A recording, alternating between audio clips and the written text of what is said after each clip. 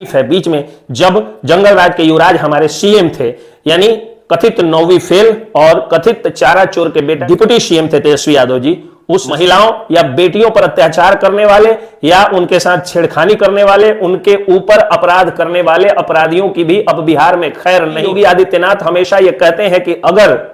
कोई बेटियों को सताएगा तो अगले ही चौक पर यमराज उसका इंतजार कर रहा होगा। और आपने देखा कि दुपट्टा खींचने वाले अपराधियों को किस तरह से पैर में गोली मारी गई थी उत्तर प्रदेश के पुलिस के। कहा कि अब बालू माफिया, शराब माफिया और जमीन माफियाओं के अंत का समय आ गया है। वो चाहते थे कि गृह मंत्रालय भारतीय जनता पार्टी के पास रहे, जिसके कारण लॉ एंड ऑर्डर का वही सिचुएशन बिहार में भी हो जाए जो अभी उत्तर प्रदेश में है, यानी माफियाओं के ऊपर बुलडोजर चले, माफियाओं का खात्मा हो। नमस्कार, जय हिंद, जय बिहार। मैं हूं आप सबका दोस्त वकील सह पत्रकार एसके पंकज।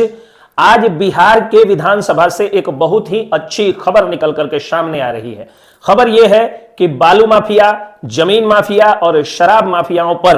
अब बिहार का जो शासन और प्रशासन है वह सामत बन के टूटने वाला है। आप सभी लोग जानते हैं कि पुजारी मीडिया के एडिटर इन चीफ और पुजारी मीडिया के वायरल पत्रकार संजीत कुशवाहा जी को इंटरव्यू देते हुए पहली बार सम्राट चौधरी, जो अब डिप्टी सीएम है, तब केवल भारतीय जनता पार्टी के बिहार प्रदेश के अध्यक्ष थे, उन्होंने कहा था कि अगर हमारी सरकार बनी, यानी अगर भारतीय जनता पार्टी की सरकार बनी, तो बालू माफिया, शराब माफिया और जमीन माफिया ये सभी या तो नेपाल में दिखेंगे, नहीं तो इनका गया में पिंडदान कर दिया जाएगा। सूत्र बताते हैं कि बिहार में जैसे ही महागठबंधन की सरकार गई और भारतीय जनता पार्टी सरकार में आई, यानी एनडीए की सरकार बनी, तो तेजस्वी यादव के हटते ही, लालू परिवार के सत्ता से हटते ही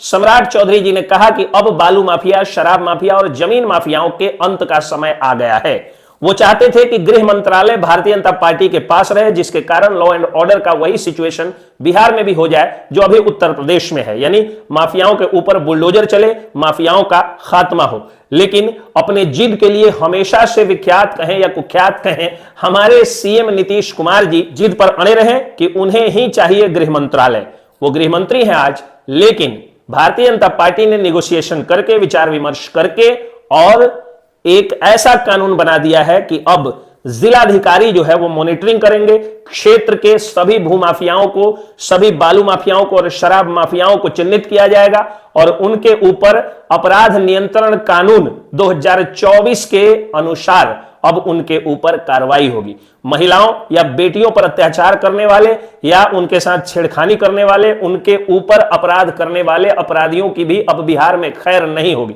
बीजेपी की जहां भी सरकार बन रही है, जैसे उत्तर प्रदेश में सरकार है, तो वहां के मुख्यमंत्री योगी आदित्यनाथ हमेशा यह कहते हैं कि अगर कोई बेटियों को सताएगा तो अगले ही चौक पर यमराज उसका इंतजार कर रहा होगा। और आपने देखा कि दुपट्टा खींचने वाले अपराधियों को किस तरह से पैर में गोली मारी गई थी उत्तर प्रदेश के पुलिस के द्वारा। अब वही सारी चीजें बिहार में भी होने का समय आ गया है, क्योंकि बिहार में भी सत्ता में भारतीय जनता पार्टी। ये बात अलग है कि गृह मंत्रालय भारतीय जनता पार्टी के हाथ में नहीं है, लेकिन भारतीय जनता पार्टी जो वर्ल्ड की सबसे बड़ी पार्टी है, अपने नीतियों को उस हिसाब से बना रही है कि गृह मंत्रालय अगर नीतीश कुमार के हाथ में भी रहे, तब भी बालू माफिया, शराब माफिया, जमीन माफिया और बेटियों की छेड़खानी करने वाले, माताओं बहनों के ऊपर कुदृष्टि रखने वाले या अत्याचार अपराध करने वाले राक्षसों का अब कानूनी अंत हो सकेगा। ऐसा बिल बिहार के सरकार ने, बिहार की एनडीए सरकार ने, बिहार की भाजपा प्लस की सरकार ने ऐसा कानून ला दिया है। इसके लिए एक वकील के रूप में, एक बिहार के आम आदमी और आम नागरिक के रूप में, बिहार के एक पत्रकार के रूप में सम्राट चौधरी जो कि डिप्टी सीएम है और विजय सिन्हा जो कि डिप्टी सीएम है, दोनों डिप्टी सीएम्स को मैं तहे दिल से धन्यवाद देता हूं। बाकी तो मुख्यमंत्री नीतीश कुमार ने भी जिस तरह से 2005 से लेकर के और 2012 तक बिहार में अपराध को नियंत्रित रखा और जिस तरह से 2012 तक उन्होंने अपराधियों के खिलाफ जमकर अभियान चलाया, और तब से लेकर के, यानी 2005 से लेकर के और 2024 तक नीतीश कुमार की सरकार में किसी पत्रकार की जुबान को दबाने का काम नहीं किया गया, चाहे वो डिजिटल मीडिया का हो, चाहे वह प्रिंट मीडिया का हो, चाहे वह इलेक्ट्रॉनिक मीडिया का हो। ये काबिले तारीफ है। बीच में जब जंगल राज के युवराज हमारे सीएम थे, यानी कथित 9वीं फेल और कथित चारा चोर के बेटा डिप्टी सीएम थे तेजस्वी यादव जी, उस समय पत्रकारों के ऊपर भारी संख्या में केस दर्ज हुआ था। यहां तक कि पत्रकार को बाहर की पुलिस आकर के और उठा करके ले गई थी और दूसरे राज्य में एनएसए लगा दी थी। जय हिंद।